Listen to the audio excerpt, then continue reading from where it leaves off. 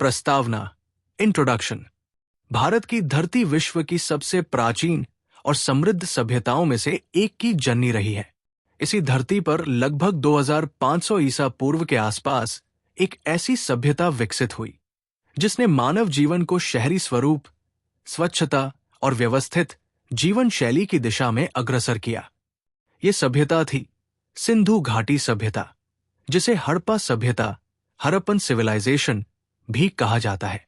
ये सभ्यता उस समय फली फूली जब विश्व के अन्य भागों में मानव समाज अभी भी जनजातीय जीवन जी रहा था। इसने ये सिद्ध कर दिया कि प्राचीन भारत केवल धार्मिक और दार्शनिक दृष्टि से ही नहीं, बल्कि वास्तु, तकनीक, व्यापार और कला के क्षेत्र में भी अत्यंत उन्नत था। खोज और नामकरण, डिस्कवरी एंड नेमिंग। सिंधु सभ्यता की खोज 1921 ई में पुरातत्वविद दयाराम साहनी ने हड़प्पा, पाकिस्तान में की और उसके अगले वर्ष 1922 ई में R.D. बनर्जी ने मोहनजोदड़ो की खोज की। इन दोनों स्थानों की खुदाई में मिले अवशेषों ने इतिहासकारों को चकित कर दिया, क्योंकि वे ईसा पूर्व की ऐसी सभ्यता के चिन्ह थे जो संगठित, तकनीकी और शहरी थी। क्योंकि ये सभ्यता मुख्य रूप से सिंधु नदी और उसकी सहायक नदियों के किनारे विकसित हुई थी, इसलिए इसका नाम सिंधु घाटी सभ्यता, इंडस वैली सिविलाइजेशन रखा गया। चूंकि इसका पहला स्थल हड़प्पा था, अतः इसे हड़प्पा सभ्यता भी कहा जाता है। विस्तार, एक्सटेंट।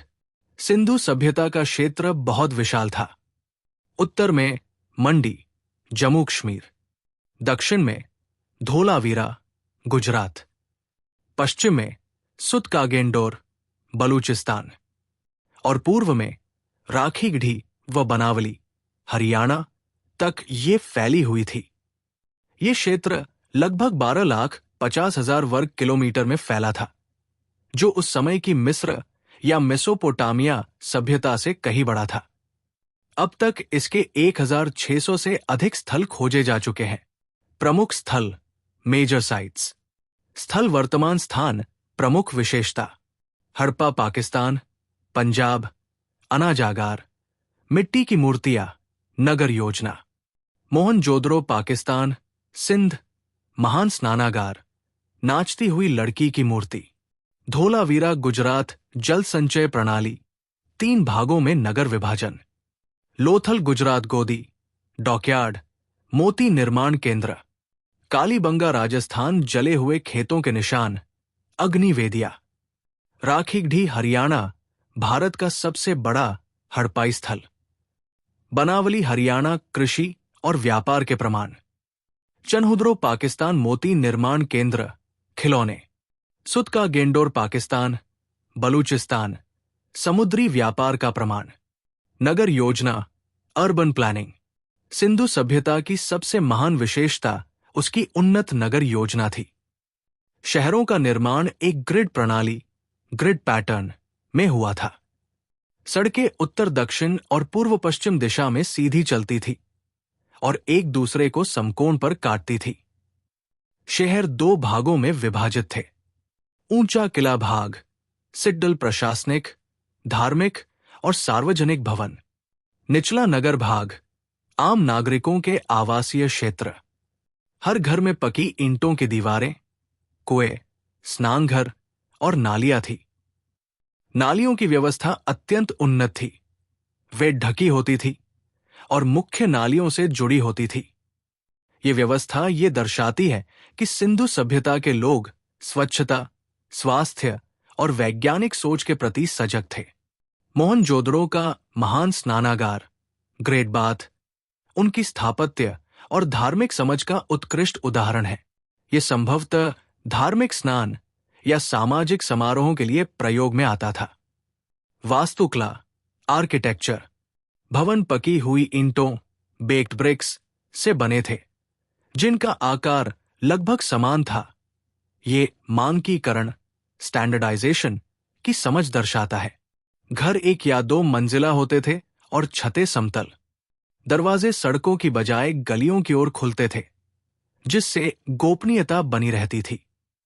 धोलावीरा में विशाल जल संचय प्रणाली, बांध और तालाब मिले हैं, जो दर्शाता है कि लोग जल प्रबंधन में दक्ष थे। कृषि और पशुपालन, agriculture and animal husbandry, Sindhu सभ्यता की अर्थव्यवस्था का मुख्य आधार कृषि थी।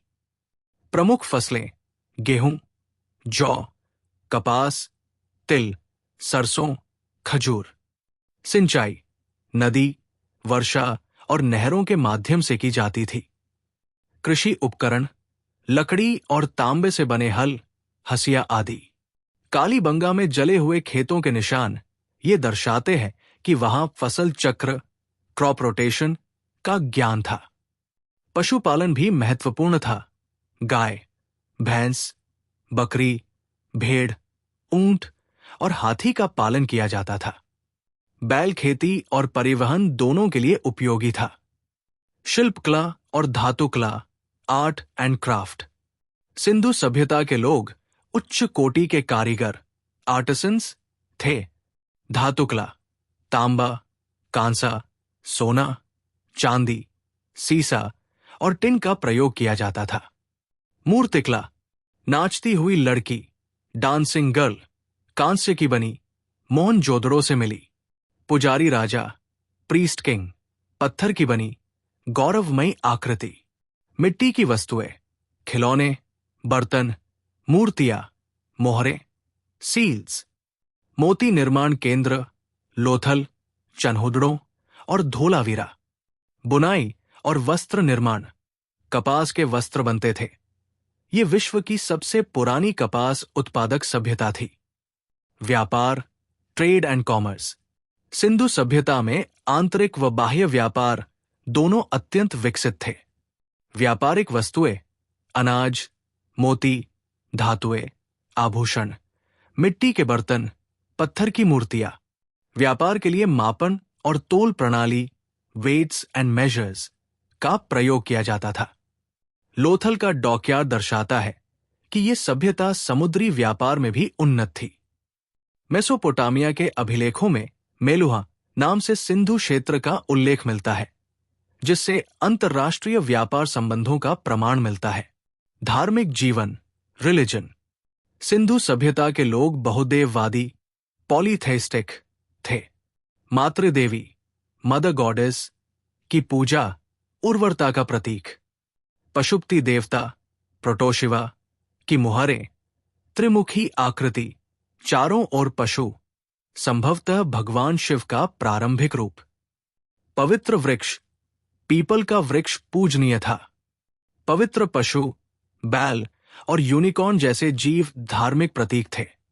अग्नि पूजा और जल पूजा के प्रमाण मिले हैं। अंत्येष्टि संस्कार, समाधि और दाह संस्कार दोनों के प्रमाण। उनकी धार्मिकता प्रकृति के प्रति सम्मान और जीवन के संतुलन पर आधारित थी। लिपि और भाषा, स्क्रिप्ट एंड लैंग्वेज, सिंधु सभ्यता की लिपि अब तक अपठनीय, अनडिसाइफर्ड है। इसमें लगभग 400 चिन्ह, सिंबल्स पाए गए हैं।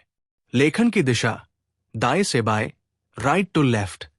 लिपि चित्रलिपि, पिक्टोग्राफिक के समान है। अधिकतर अभिलेख मोहरों, बर्तनों और ताम्रपत्रों पर मिले हैं। लिपि के रहस्य अनसुलझे होने के कारण उनकी साहित्य, धर्मग्रंथ या प्रशासनिक भाषा के बारे में बहुत कम जानकारी उपलब्ध है।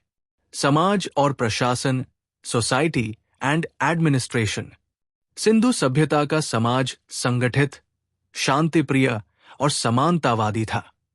कोई स्पष्ट राजा या शासक नहीं मिला। संभवतः परिषद, काउंसिल या व्यापारी वर्ग शासन करता था। स्त्रियों की स्थिति सम्मानजनक थी। मातृदेवी पूजा इसका प्रमाण है। समाज में धनी गरीब का अंतर बहुत कम था। कानून और व्यवस्था का पालन होता था। तभी इतने विशाल नगरों में अनुशासन बना रहा। लोग शांति, स्वच्छता और परिश्रम को महत्व देते थे। पतन के कारण, डिक्लाइन ऑफ सिविलाइजेशन, सिंधु सभ्यता का पतन अचानक नहीं, बल्कि धीरे धीरे हुआ। इसके पीछे कई संभावनाएं मानी जाती हैं। प्राकृतिक आपदाएं, बार बार आने वाली बाढ़ या भूकंप, नदियों का मार्ग बदलना, सरस्वती नदी के सूख जाने से कृषि, भूमि नष्ट हो गई। जलवायु परिवर्तन, सूखा, वर्षा की कमी, आर्यों का आक्रमण। कुछ इतिहासकार मानते हैं कि आर्यों ने इन नगरों को नष्ट किया। कृषि और व्यापार में गिरावट, उत्पादन कम होने से आर्थिक संकट, रोग या महामारी, जनसंख्या पलायन का कारण बन सकती है। इन कारणों से नगर धीरे धीरे खाली हो गए और लगभग 1750 ईपू तक ये महान सभ्यता लुप्त हो गई। महत्व और योगदान, सिग्निफिकेंस एंड लेगेसी। सिंधु घाटी सभ्यता भारतीय संस्कृति की प्रथम शहरी नींव थी।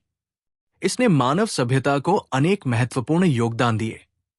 नगर नियोजन की कला, ग्रिड प्रणाली, जल निकासी, स्वच्छता और निर्माण तकनीक, स्वास्थ्य और स्वच्छता का ज्ञान, महान स्नानागार इसका प्रतीक है। कला और शिल्प की उत्कृष्टता, नाचती हुई लड़की जैसी मूर्तियां आज भी मानव सृजन की मिसाल है। विज्ञान और तकनीक का प्रयोग, मानकीकृत ईंटें, मापन और जल संचय प्रणाली, सामाजिक एकता और अनुशासन। इतने विशाल क्षेत्र में एक समान संस्कृति। अंतर्राष्ट्रीय व्यापारिक संबंध, मेसोपोटामिया से वाणिज्यिक संपर्क। सिंधु सभ्यता के बाद वैदिक काल आया, जिसने इस सभ्यता की परंपराओं को कई रूपों में आगे बढ़ाया। निष्कर्ष, कंक्लूजन।